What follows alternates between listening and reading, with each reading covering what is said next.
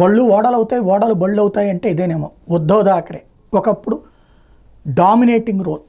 Bharatiya Janata party Shiv Sena ఇచ్చిన సీట్లు తీసుకునేది. ఆ తర్వాత కాలంలో శివసేనతో సమానమైంది. ఆ తర్వాత ఇద్దరూ పోటీ చేస్తే బీజేపీ ఎక్కువ స్థానాలు గెలుచుకున్నప్పటి నుంచి ఈర్ష్య అసూయ పెరిగింది ఉద్ధవ్ థాకరేకి. అక్కడి నుంచి జరిగిన పరిణామాల్లో బీజేపీని తొక్కేయడానికి ముఖ్యమంత్రి నాకే కావాలి, ఎన్ని సీట్లు వచ్చినా బీజేపీ సగం సగం పోటీ చేద్దాం, ఎక్కువ సీట్లు వస్తే వాళ్ళే అంది.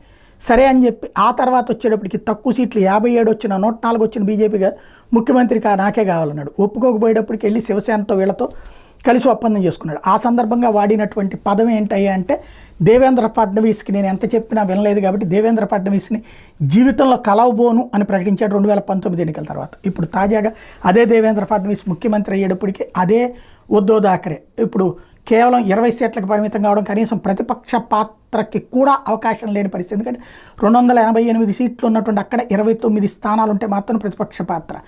ఇప్పుడు అర్జెంటుగా కలిశాడు. ఎందుకని? ఎన్సీపీ కాంగ్రెస్ కంటే ఎక్కువ సీట్లు అతనికే ఉన్నాయి. మేము కూటమిగా ఉన్నాం కదా, నాకు ప్రతిపక్ష స్థానం ఇయ్యి, ప్రతిపక్ష పాత్ర ఇయ్యి అని ఫడ్నవీస్ని వెళ్ళి అడుక్కున్నాడు ప్రస్తుతం ఉద్ధవ్ థాకరే. అయితే కూటమిగా ఉన్న పార్టీకి అది రాలేదు అన్న పేరుతో ఆపుతారా, లేదా ఆ ప్రతిపక్ష పాత్ర ఇస్తారా చూడాల్సి ఉంది.